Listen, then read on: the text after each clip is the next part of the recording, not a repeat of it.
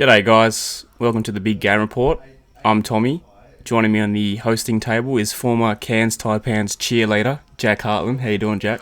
Oh, I'm not too bad. No, I've got to retire from the cheerleading. Had a bit of a sore back. So I think that kind of hits off today's topic is the basketball, specifically the NBA. I'd like to start off by congratulating my main man, Giannis Antetokounmpo, on his terrific MVP caliber season. Not caliber, MVP winning season. I've been a fan of his since day one, playing with him back on, I think it was 2K15, I think. So a big congratulations to him. So this podcast, we're going to be talking about the big trades and free agency signings which happened in the off-season so far. There's obviously some people who are still free agents or trades that could happen before the season starts, but we're just doing it to this point in the season. So, to kick things off, the first trade we're going to break down involves the Indiana Pacers and the Bucks. The Bucks received future first-round picks and second-round picks, and Pacers received Malcolm Brogdon. Thoughts on that one, Jack?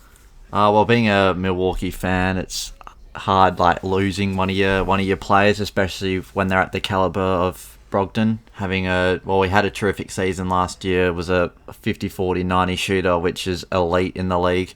There's not many of them around. He's a great defender as well.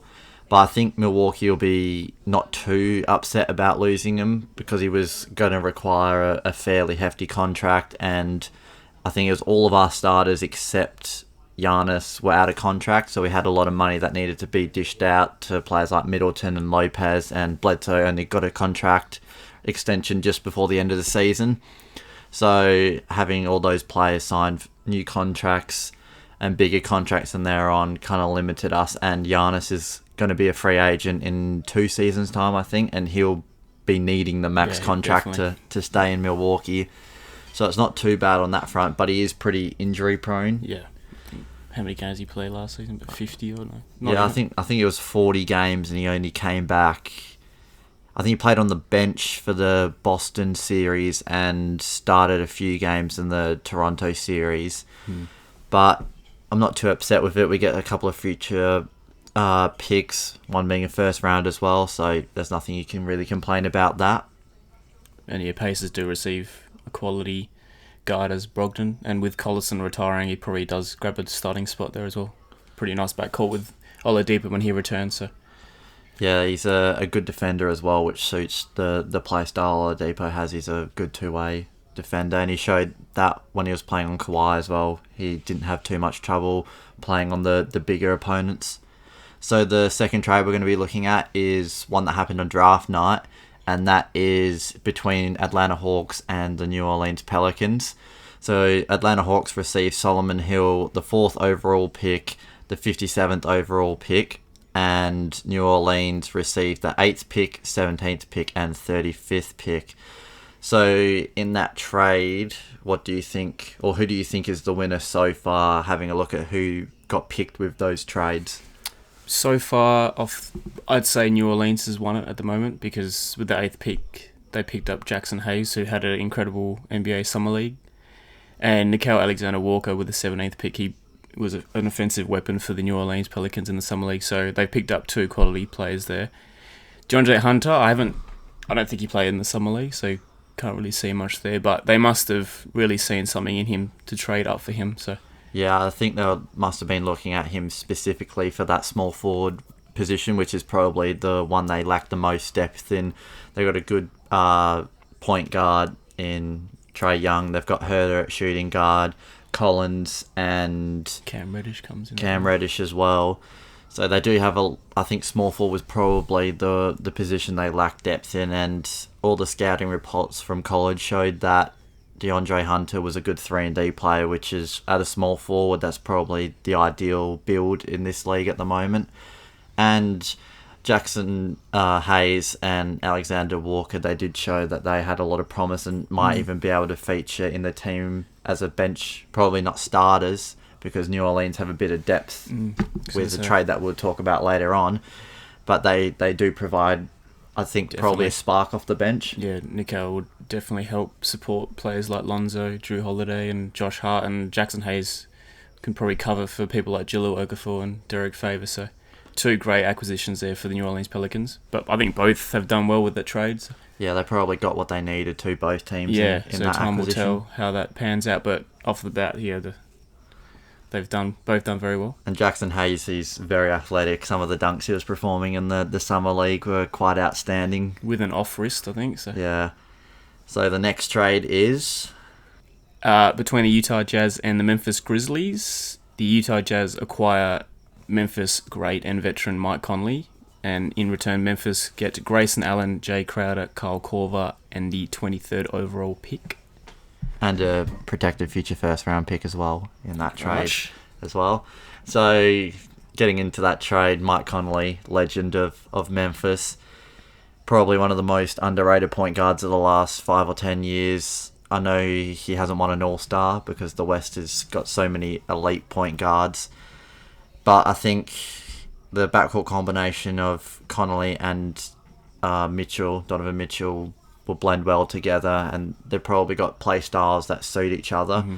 Where Donovan Mitchell's got I'd say probably the qualities to be that superstar elite shooter, where Mike Definitely. Conley's an unselfish Yeah, player. he'd happily take the back seat and accommodate Donovan Mitchell. And Memphis, they grab Jay Crowder, who's not too bad. He'll provide off the bench. I think Kyle Korver signed with the Bucks recently. I think Memphis must have waived him because I know they're going through a rebuild at the moment. They also grabbed Grayson Allen, who's a fierce competitor, and the 23rd overall pick for Darius Baisley.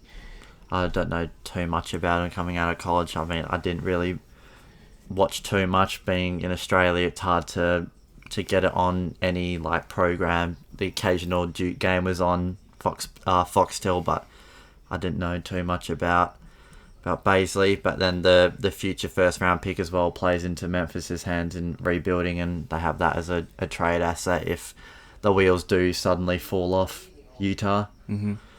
But I think the Conley trade as well, it's probably the final piece they were looking for. I know they did have Ricky Rubio as the starting point guard, and they were occasionally using Joe Ingles to run the point. But I think having that experienced head, especially when it comes to playoff situations, will help a lot. Yeah, I mean, Rubio is a great facilitator, but don't think he has quite the quality to take over a game and score if other people are lacking. I think Conley can bring that. Yeah, definitely. And can be a wise head for the ever-growing Donovan Mitchell. So great trade for Utah, and Memphis done pretty well there too. So the next trade we'll be looking at is one that kick-started all the trades. One that I didn't see coming at all. Yeah, neither. Is between the LA Clippers and OKC, and that is Paul George moving to the LA Clippers. OKC receiving in return Shai Gilgeous, Alexander, Gallinari, the 2022, 24 and 26 first round picks from the Clippers, 2 first round picks from Miami, and the right to swap first round picks in 2023 and 2025. So what are your thoughts on, or what were your initial thoughts when you first saw that trade? Shocked, still am shocked. I mean, I actually checked my phone at halftime at football and we're down by about 150, so I was shocked enough, and then saw that from Woj.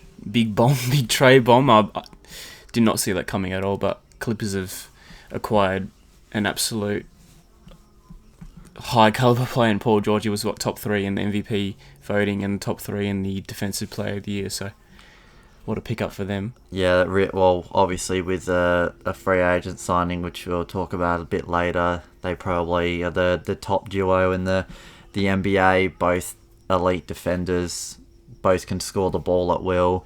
Whilst OKC, I think this kind of set off their intention to rebuild, and it kind of kicked off another trade that we'll talk about after this one. They get a young, prosperous point guard, Gilgeous Alexander, who showed a lot of signs of quality in this first year with the Clippers. They get a shooter, Gallinari, who had, maybe if he was in the East, he might have even had All-Star season last year. He was that good. And then they stockpile 5 first-round picks and then the right to swap. So if you don't know what the right to swap means, is if OKC get the better pick, they hold their pick. But if the Clippers get say, a lottery pick because Paul George and Kawhi both left at that stage, then OKC will get that pick from the Clippers. So that just works in OKC's favour, no matter what, really. Mm-hmm. And I think moving on to the next one with OKC and their rebuild, Russell Westbrook to the Rockets. What about that one as well? That was a bit of a shock too. Yeah, well, I think initially, before the off-season, it was probably, you didn't think that move was going to happen. But when you saw Paul George leave, I think it was kind of obvious that Russell Westbrook wanted out, especially when he heard that they offered him to Toronto to try and get, I think it was Pascal Siakam as the main deal on that. So I think it was kind of obvious at that point. But Thunder do get a couple of picks back and another elite point guard, really, who they'll probably look to trade on, Chris Paul, who they'll probably use to guide the team in the first half of the year. I think they can't trade him until December 15th. And yeah, he'll probably be that leader on the court, especially for Gilgeous-Alexander, who they got in the trade from the Clippers as well. Do you think Steven Adams stays? Yeah, I think he's got a pretty bad contract, so I think he'll probably have to stay on the books as well. But do you think that all these draft picks, or first round draft picks that OKC have got together, even though some of them are 6 years down the track, do you think they might package them in a couple of years' time, maybe for an all-star caliber player on a losing team? Yeah, definitely these first-round picks are high trade bait. Even see players like Pascal Siakam get picked 27, so any picks in the first round are valuable, and the sheer amount they've got, they can definitely offer that to other teams, even to clear contracts too, so they've got some nice pieces there for the future. Yeah, I think a lot of it will come down to the draft picks in the next few years for them. Alright, so the next trade we have a look at is a 4-team trade, which you don't hear too many of these, between Miami, Philadelphia 76ers, the Trailblazers, and the Clippers once again. So this one involves the sign and trade of Jimmy Butler, who had always said, or he didn't say, but you could kind of tell that he wanted his own team. He's been traded to Miami, who also receive Miles Leonard and cash considerations, which don't mean too much, really. Philadelphia get Josh Richardson. The Trailblazers get Hassan Whiteside and the draft rights to Matthias Lestor, who I don't really know too much about. And the Clippers get Maurice Harkless and a protected 2023 first-round pick via the Heat. So what do you make of that trade overall as a big picture? And then we can obviously break it down into the smaller aspects. Yeah, big trade. As you said, Jimmy did want his own team. He'll probably own the Heat like we've seen Oladipo with the Pacers, so he gets that star role of the team. He'd also acquire Miles Leonard, who had a bloody good series against the Warriors, probably the shining light for Portland, so it'll be interesting to see how he goes. Philadelphia, Josh Richardson, your thoughts on that one? I think he slots into the starting lineup extremely well. Very unselfish player. I think he's one of those players that just does what the general manager and the coach would want of him. He's an elite defender and he's a good scorer as well. I think obviously he's not the shooter that JJ Redick is, who left a pretty big hole in that starting lineup, but he brings a tenacity on the court that I think as a young player he'll still be able to develop his outside game and really help the 76ers progress into the finals and possibly even win the championship in the coming years. Do you think maybe 76ers had a bit of a clash of egos with Jimmy Butler there, so Josh might be the more humble I think team player role there that might help with the chem? Yeah, I think definitely. I think from what I've seen, he seems like a pretty nice guy, where Jimmy Butler, he's had a few issues over the time, including at the 76ers and the Timberwolves. So what do you make of Hassan Whiteside going to the Trailblazers? Bit different, this one. I think he's initially come in to cover for the loss of Nurkic, had that shocking leg break. He's always had that potential, so it'd be good to see if he can really perform at Portland. But speaking of Nurkic, do you reckon if Nurkic comes back, Hassan will keep his spot? Or because I don't see any of them sliding back to the power forward spot. I think Whiteside would probably have to drop to the bench, or they might use him as a possible trade piece. depending on when Nurkic comes back and if he's still that same player, because he was having a career year before he absolutely. Shattered his leg pretty much. Quite gruesome. But I know that Whiteside probably didn't have the greatest. He had D Wade, but besides that, he probably didn't have the greatest leadership around him. Where I think if someone like a Damian Lillard might be able to get through to him, because I know that was an issue with the Miami fans. They didn't really like his work ethic. Some games he'd turn up, some games it just seemed like he didn't want to be out there playing. 100%. So maybe playing under that leadership that Damian Lillard brings might bring the best out in him, hopefully. Like, he's got a lot of talent there. He's got the potential to average 20 points and 15 rebounds, and he's a defensive animal protecting the rim. Fierce competitor as well. So. And the Clippers getting Maurice Harkless and a first-round pick, is there much to read into that? I think he's just a good bench piece. With the starting lineup they have, they just need players that can come in and just probably maintain the lead or maintain how the game's going. And I think the first-round pick they've got is probably just to try and restock on the ones they dished out for Paul George. But overall, not a bad trade. Yeah, I think... Who do you think wins that trade in that case then? Is there a defined winner, or is it too early to make that call? Quite early. I actually like 76 is what they've done there. But Heat acquiring Jimmy Butler, who's an all-star caliber player, it'll be to see if Butler screws his head on and can really take that team places. So, yeah, initially it's quite hard to tell, but I think it's a good trade for all teams involved. All right, so probably the biggest trade in the off-season. Probably shaped a lot of last season as well, between not just the clubs involved but other clubs around the league as well. Yep, Anthony Davis to the Lakers eventually happened, but it's happened. So Lakers obviously got Anthony Davis. It's a huge piece for them. New Orleans acquired a lot of great talent as well in that trade. They got Lonzo Ball, Brandon Ingram, Josh Hart, and the 4th overall pick, which they later traded on to Atlanta. And they also got 2 future first-round picks and cash considerations. And the Washington Wizards were also involved in that trade too. They picked up some scraps, but there's no one really out there in the trades that they got that's pretty significant. They got Isaac Bonga, who's a young point guard, could develop. He's only about 19, I think. Yeah, he's a young player. Mo Wagner, who on a Lakers team that underperformed, didn't really get to see many minutes. And Jamario Jones, who, again, someone that I don't really know much about, so... I'd say he's probably just more of I think the two main teams in that trade were definitely Lakers and New Orleans, who both acquired quality pieces. So your thoughts on that one? Well, obviously, we all knew that AD was going to leave this off-season. It was probably better for the morale of New Orleans. Joins the Lakers, where he gets to have Taco Tuesday every Tuesday with LeBron. I think LeBron getting that extra superstar will help him, especially... He's in I think it's going into his 17th season in the league. So we saw last season him have his first real injury.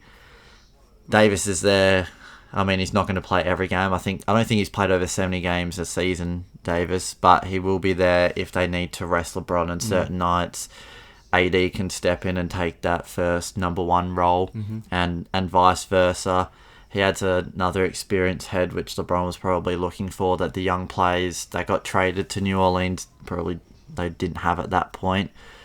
But looking at the New Orleans side of it, they receive three good young players in Lonzo Ball, Ingram, and Hart.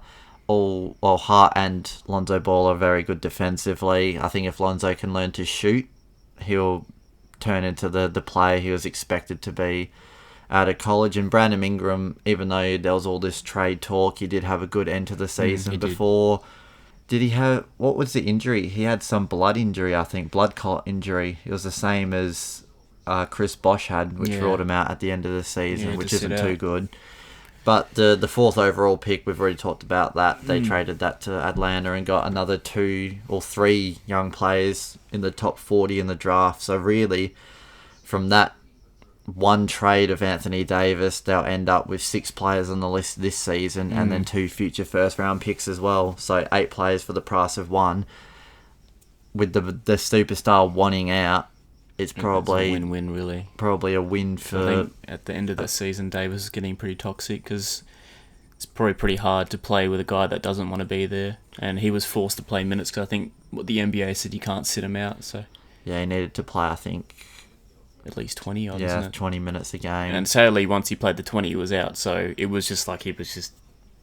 I think the Pelican fans are probably pretty happy to see him leave as well. They get Zion. They picked up a couple of other good free agents, Drew Holiday. So they've got a nice team developing. JJ Redick, Derek Favors, so...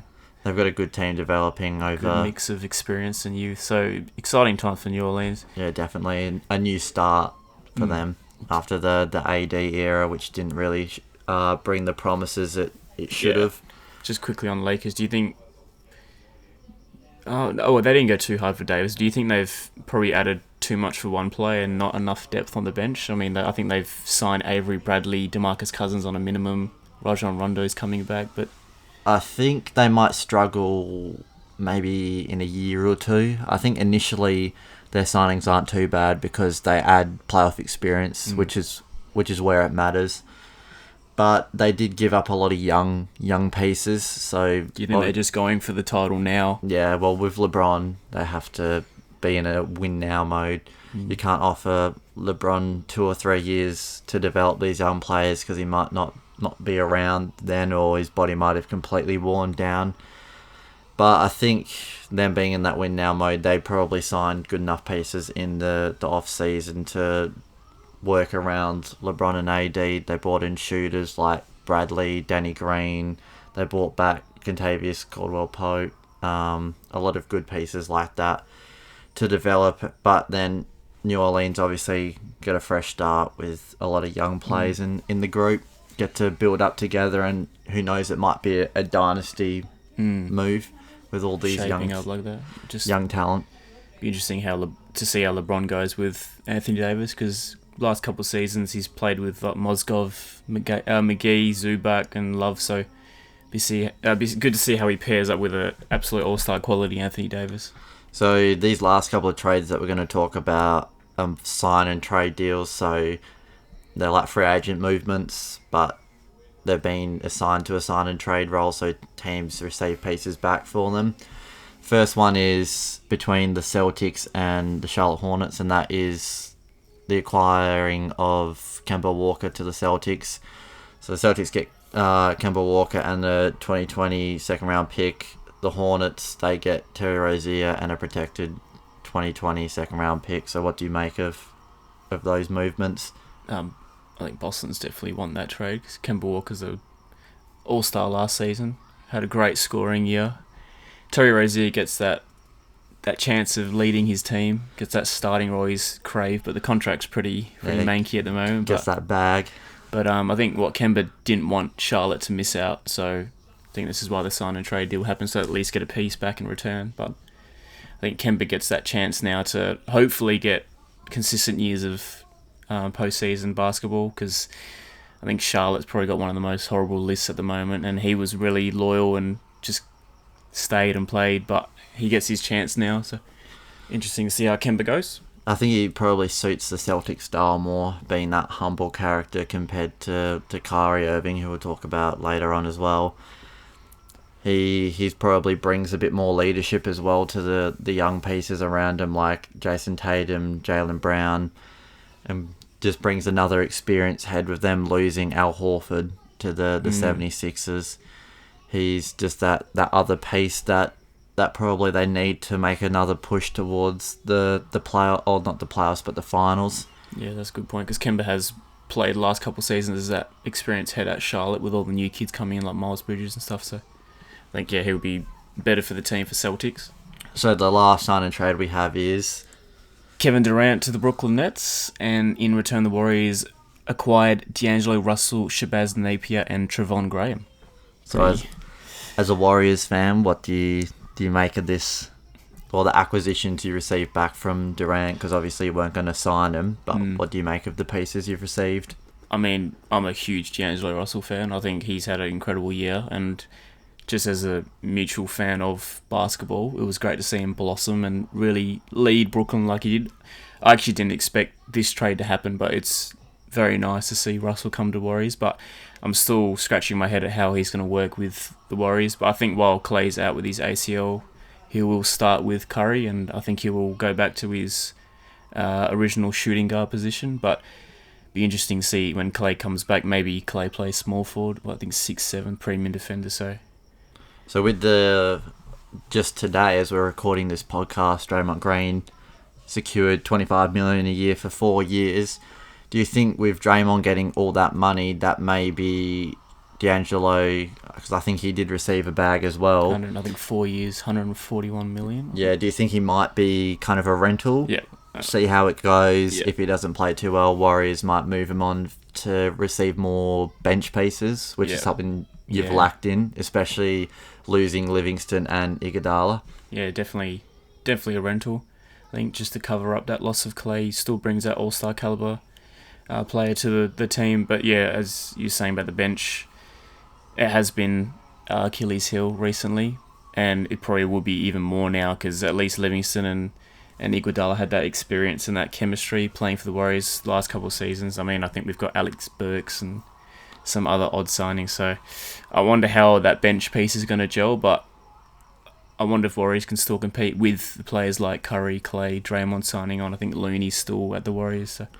I think you'll make the playoffs, I'd say, but I think maybe scrape an 8th. That lack of depth, especially in a very, very competitive Western Conference, is going to make it hard to make a push like you have been. Obviously, the dynasty that you created. Very refreshing to NBA fans to see Warriors might not be up there, but yeah, completely different from the last 5 years. No Cleveland winning the East with LeBron carrying them, and no Warriors up the top of the West. And Kevin Durant, I mean, when he's healthy, he's probably the most damaging player in the NBA. He's that one player that if you need a bucket, he will score for you. So Brooklyn's acquired a quality piece there. And I'd say a top 2 player in the league when definitely healthy. Hopefully he comes back from that Achilles injury with the same like work, same ability. I know he's not an overly athletic player. Like sometimes he can jam it down, but he uses his natural shooting ability rather than being athletic. So hopefully it doesn't play too much like lowering his standards, because obviously Achilles is probably the hardest injury to come back from definitely. for a basketballer. Yes. We saw that with DeMarcus Cousins not really having the same effect that he was having before he went down with his injury. So a couple of the free agent signings that were the biggest size was start off with probably the biggest, Kawhi Leonard. To the Clippers. I mean, what a signing for the Clippers. I think Kawhi Leonard wanted his own dynasty in LA, not with the Lakers, so what a signing for the Clippers. They get probably the same print, same mould as Paul George. Quality defender, probably if not the best defender in the game, and he had an incredible final series, carried Toronto to a ring, so geez, scary what a piece that they've added to go with Paul George and still obtain the likes of Lou Will and Montrezl Harrell. So. Another free agent signing was, along with Kevin Durant, to the Brooklyn Nets, as we said before, Kyrie Irving. What do you think Kyrie Irving will do to the chemistry? Obviously, Brooklyn were probably one of those teams that won because they all love playing for each other. That's the weird thing for me, because I think with D'Angelo Russell, that after the All-Star break, that unit they just gelled. They didn't have, I mean, a whole lot of players that you think of week in, week out. I mean, Ed Davis played pieces, Joe Harris, 3-point contest winner, Jarrett Allen. They just had some incredible chemistry. They played for each other, so be interesting to see how Kyrie Irving tries to gel with the team. Hopefully he's not going to be too ignorant, arrogant. Maybe having that, probably him not being the number one player like it was at Cleveland might play a different role. Him not having the big head of being like, I'm the main guy here, might add a bit of a different side to him again, which I hope to see, because the Brooklyn team, I love the pieces that they've got there. And then obviously the additions of Kyrie and Durant just bring that team into probably one of the best teams that the East has to offer, really. I mean, much better big three than what they originally had with Kevin Garnett, Paul Pierce and Lopez back in those days. So it'd be interesting. I do hope Kyrie settles down, because he is a quality player.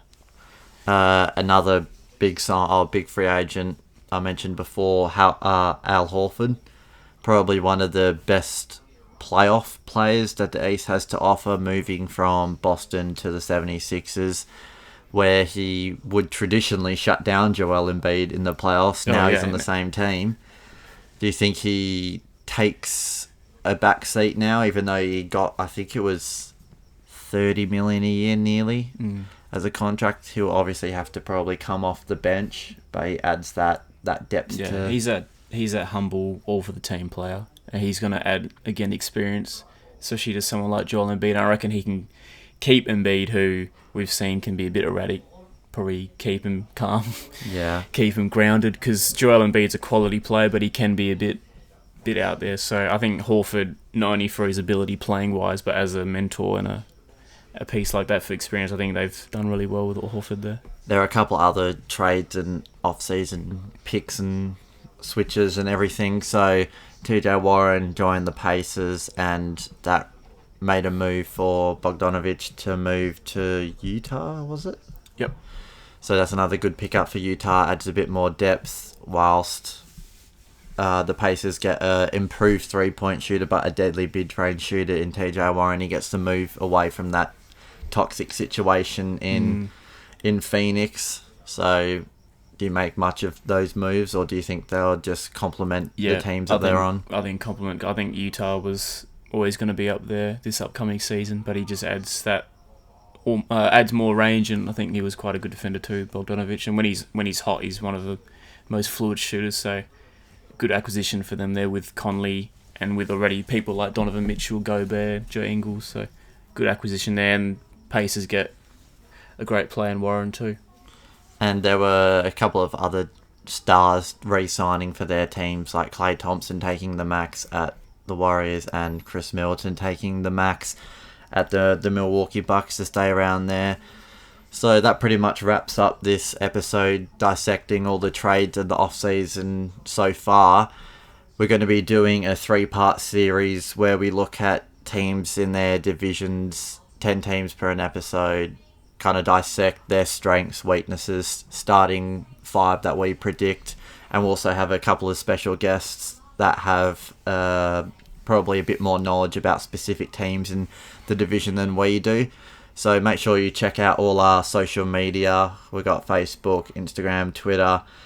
If you follow or subscribe to any of them, you'll know when we post the next podcast. So yeah, I think that pretty much wraps up today's episode. Thanks for tuning in, and we'll catch you on the next one. Hit that subscribe button as well.